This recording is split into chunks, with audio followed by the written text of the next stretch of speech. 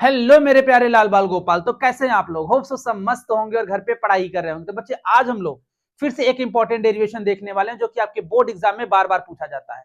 और आपके board exam में ये क्वेश्चन तो पक्का आता है भाई, 100% ये क्वेश्चन आएगा, चाहे डेरिवेशन है चाहे इससे रिलेटेड न्यूमेरिकल है। बात समझ में आ रही है? तो भैया वो डेरिवेशन कौन सा है? डेरिवेशन ये है भाई कि अगर electric field due to infinitely plane charge sheet, हमारे पास एक इनफाइनाइटली लार्ज प्लेन शीट है जिसकी वजह से आपको क्या कैलकुलेट करना है, इलेक्ट्रिक फील्ड किसी पी पॉइंट पे कैलकुलेट करना है। और आपको पता है कोई भी बॉडी जो चार्ज होगी यार वो इलेक्ट्रिक फील्ड बनाएगी ही बनाएगी। तो बिना टाइम वेस्ट के स्टार्ट करते हैं बच्चे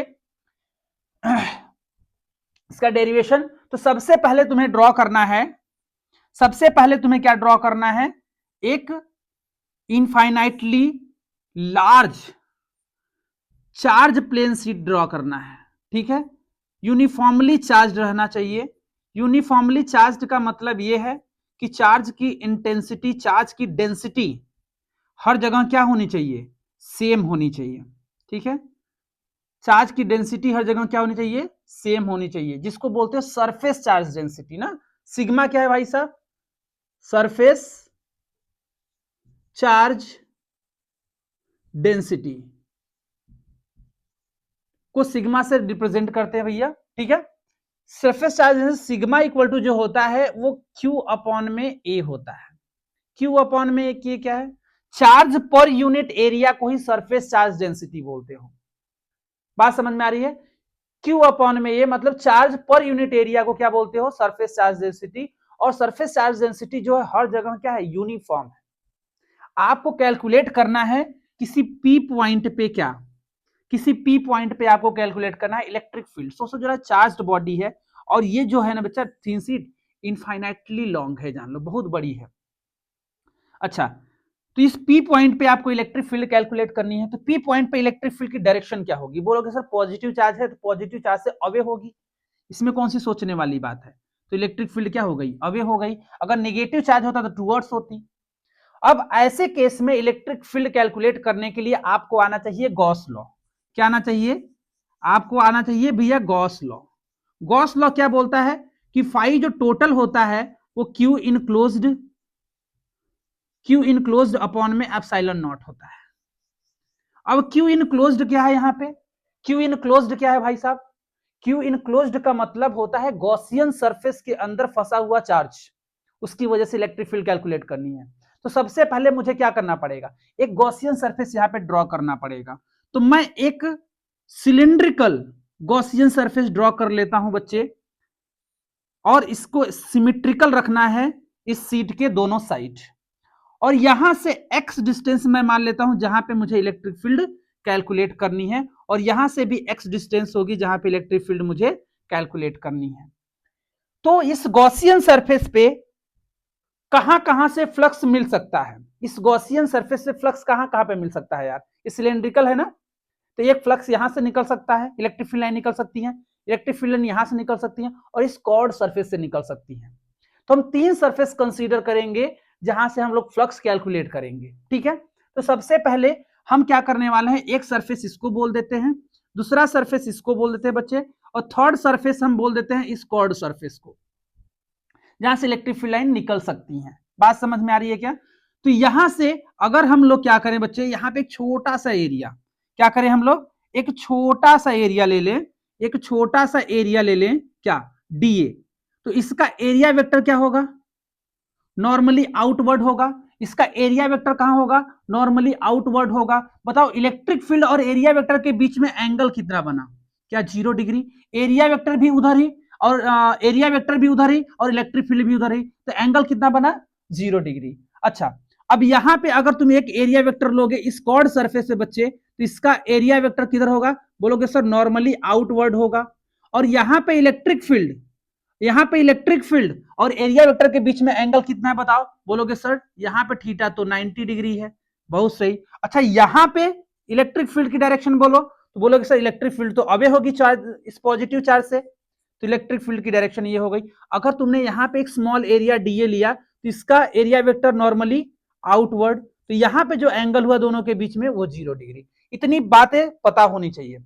एरिया वेक्टर हमेशा उस सरफेस से नॉर्मली आउटवर्ड आपको लेना है। तो यहाँ पे इलेक्ट्रिक फील्ड अवे होगी, यहाँ पे भी इलेक्ट्रिक फील्ड अवे होगी, तो एरिया वेक्टर और इलेक्ट्रिक फील्ड के बीच का एंगल 0 डिग्री हो गया। यहाँ पे भी एरिया वेक्टर और इलेक्ट्रिक फील्ड के बीच का एंगल 0 हो गया। यहाँ पे एरिया वेक्टर और इलेक्ट्रिक फील्ड के बीच का एंगल 90 डिग्री है। अब क्या करना है, तुम्हें टोटल फ्लक्स लिखना है भाई, फाई टोटल लिखना है। तो फाई टोटल कितने सरफेस से मिलने वाला है, phi 1 plus phi 2 plus phi 3। 3 flux calculate करेंगे, फाई 1 फाई 2 फाई 3।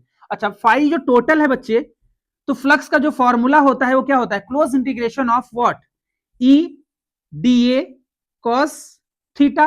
तो फाई 1 के लिए थीटा कितना है बोलोगे सर, 0 डिग्री, प्लस जरा यहां पे बताओ जरा, ई डी ए कॉस थीटा की वैल्यू यहां पे भी 0 डिग्री, कॉस थीटा की value 0 degree, close integration E D ए, थर्ड वाले फेस पे बताओ थीटा कितना बोलोगे सर, cos 90 डिग्री। अच्छा, cos 90 की वैल्यू 0 हो जाएगी, तो ये टर्म पूरा का पूरा 0 हो जाएगा। इसकी वैल्यू कितनी रहेगी, 1, और इसकी वैल्यू कितनी रहेगी, 1।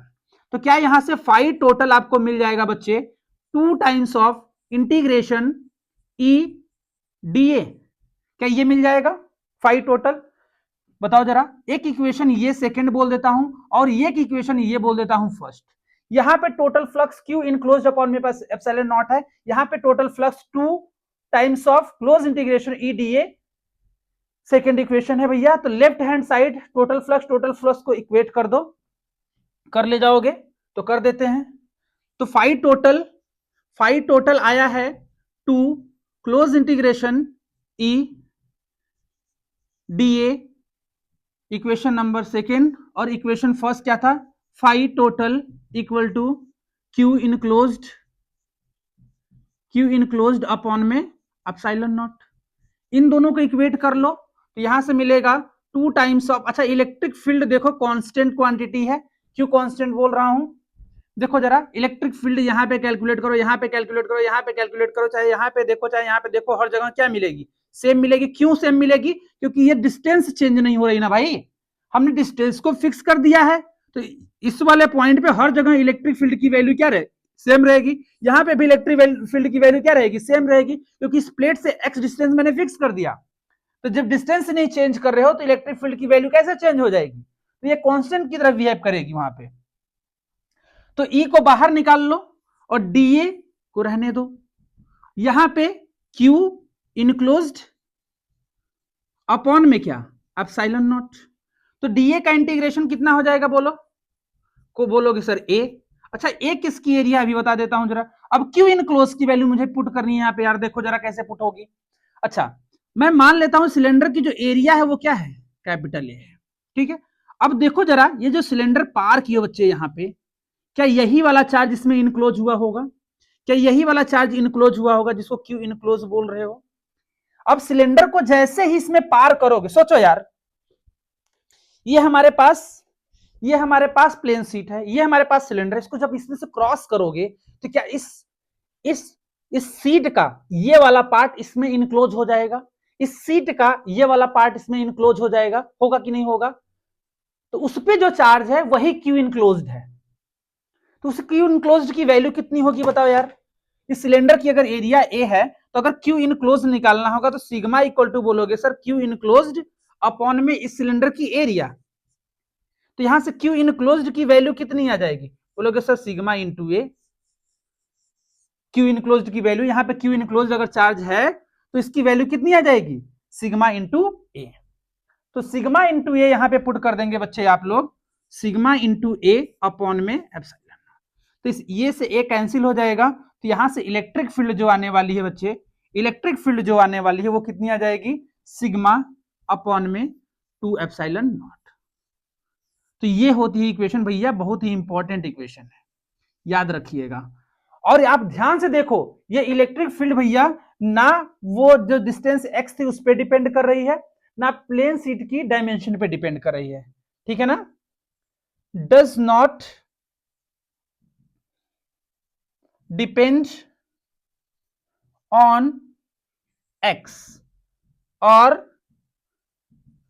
डायमेंशन ऑफ सीट की भी डायमेंशन पे नहीं डिपेंड कर रही है, ना ही एक्स पे डिपेंड कर रही है। बात समझ में आ रही है। तो ये बहुत ही इंपॉर्टेंट है, ये आपको याद रखना है। कभी कभी यहां से भी चीजें पूछी जाती हैं कि अगर हमारे पास दो चार्ज सीट है, प्लेन सीट है बच्चे, जिसपे चार्ज प्लस क्यू यहाँ पे है, चार्ज डेंसिटी कितनी है, सिग्मा है, और एक निगेटिव चार्ज प्लेट है बच्चे जिसपे चार्ज निगेटिव है और चार्ज डेंसिटी सिग्मा है। एरिया दोनों की क्या है, ए है, डी डिस्टेंस पे सेपरेट कर दिया गया है। तो पूछ देगा कि भैया यहाँ पी पॉइंट है, ये क्यू पॉइंट है, यहाँ पे आर पॉइंट है, इन तीनों जगह पे इलेक्ट्रिक फील्ड बताओ, इलेक्ट्रिक फील्ड की वैल्यू क्या होगी अलग अलग। तो बोलोगे सर यहाँ पे अगर मुझे कैलकुलेट करना होगा इलेक्ट्रिक फील्ड, तो निगेटिव चार्ज की वजह से टूवर्ड्स होगी, ई निगेटिव की वजह से टूवर्ड्स होगी, इसकी वजह से क्या होगी, अवे होगी। बात समझ में आ रही है, ई पॉजिटिव। और आपको पता है दोनों की इलेक्ट्रिक फील्ड कितनी होगी, सिग्मा अपॉन में 2 एप्सिलॉन नॉट, और इसकी भी कितनी होगी बताओ जरा। बोलोगे सर सिग्मा अपॉन में 2 एप्सिलॉन नॉट। अब दोनों इलेक्ट्रिक फील्ड कैंसिल आउट होगी, तो ई नेट कितना आएगा यहाँ पे बताओ, 0। क्यों, मैं दोनों जगह इलेक्ट्रिक फील्ड, देखो ये डिस्टेंस पे डिपेंड ही नहीं करती, ये मत सोचना ये दूर है तो यहाँ पे इलेक्ट्रिक फील्ड कम मिलेगी। ये सीट बहुत बड़ी होती है मान के चला जाता है, और डिस्टेंस बहुत छोटे होते हैं। बात समझ में आ रही है क्या। तो ये देखो ना डायमेंशन पे डिपेंड नहीं करती है, ना ही एक्स पे डिपेंड कर रही है, तो भैया इसकी वजह से भी इलेक्ट्रिक फील्ड उतनी है, इसकी वजह से भी इलेक्ट्रिक फील्ड उतनी है। तो नेट इलेक्ट्रिक फील्ड यहाँ पे 0। यहाँ पे जरा बताओ मेरे को, तो पॉजिटिव की वजह से बोलोगे सर अवे हो जाएगी, और निगेटिव की वजह से बोलोगे सर इसकी वजह से टूवर्ड्स हो जाएगी। तो यहाँ पे भी ई नेट कितना आ जाएगा बताओ, ई नेट कितना आ जाएगा, 0। और यहाँ पे बताओ पॉजिटिव की वजह से अवे हो जाएगी, पॉजिटिव की वजह से अवे हो जाएगा, और निगेटिव की वजह से टूवर्ड्स ही रहे, इसी की तरफ रहेगी। तो यहाँ पे ई नेट आपको मिलेगा, ठीक है ना। ई नेट कहाँ, पी पे कितना होगा, सिग्मा अपॉन में 2 epsilon not plus sigma upon में 2 एप्सिलॉन नॉट। तो वैल्यू कितनी आ जाएगी, क्या 2 टाइम्स ऑफ सिग्मा अपॉन में 2 एप्सिलॉन नॉट, तो यहां से आ जाएगा आंसर सिग्मा अपॉन में एप्सिलॉन नॉट। तो ये इलेक्ट्रिक फील्ड मिलती है सेंटर पे। बात समझ में आ रही है क्या। याद रखना है कि जो कैपेसिटर में इसको भर भर के यूज किया जाता है भाई, कैपेसिटर के अंदर, कैपेसिटर ये तो कैपेसिटर ही है ना। कैपेसिटर क्या करता है, इलेक्ट्रिक फील्ड को बाउंड करके रखता है। इलेक्ट्रिक फील्ड इधर भी 0 इधर भी 0 बांध करके रखा कि नहीं यहाँ पे इलेक्ट्रिक फील्ड को। बात समझ में आ रही है। तो बस इतना ही आपको ध्यान में रखना है भाई साहब, ये डेरिवेशन दिमाग में फिट करके रखना बहुत ही इंपॉर्टेंट है भाई साहब, बार बार पूछा जाता है और बच्चे गलतियां करके आते हैं। याद रखना कि कोई प्लेन चार्ज सीट है, इनफाइनाइटली लार्ज है, तो उसकी वजह से इलेक्ट्रिक फील्ड किसी पी पॉइंट पे सिग्मा अपॉन में 2 एप्सिलॉन नॉट होती है। अगर दो पैरेलल प्लेट है कि निगेटिवली है एक पॉजिटिवली है, तो सेंटर पे इलेक्ट्रिक फील्ड मिलेगी और दोनों साइड इलेक्ट्रिक फील्ड 0 रहेगी। और कैपेसिटर की तरह काम करेगा ये प्लेट भैया, और क्या करेगा, इलेक्ट्रिक फील्ड को बांध के रखता है। बात समझ में आ रही है। तो ये इंपॉर्टेंट डेरिवेशन आपको दिमाग में फिट करके रखना है और मुस्कुराते रहना है, पॉजिटिव रहना है। जो भी डेरिवेशन में प्रॉब्लम आ रही है वो आपको हमको क्या करना है, कमेंट बॉक्स के अंदर बताना है और पढ़ाई करना है। तब तक के लिए बेस्ट ऑफ लक।